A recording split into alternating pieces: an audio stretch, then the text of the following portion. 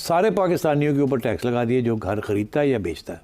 Plots बिकते हैं, file उसकी बिक जाती है, घर नहीं होता वहाँ। ये ब्यूरोक्रेट्स रिटायर्ड हों या सर्विंग, आप जितनी मर्जी फाइलें बेचें, जो मर्जी करें, आपके ऊपर कोई टैक्स नहीं लगेगा।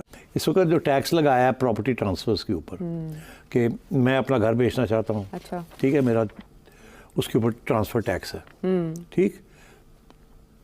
इन्होंने क्या किया कि सारे पाकिस्तानियों के ऊपर टैक्स लगा दिए जो घर खरीदता है या बेचता है, ट्रांसफ़र टैक्स।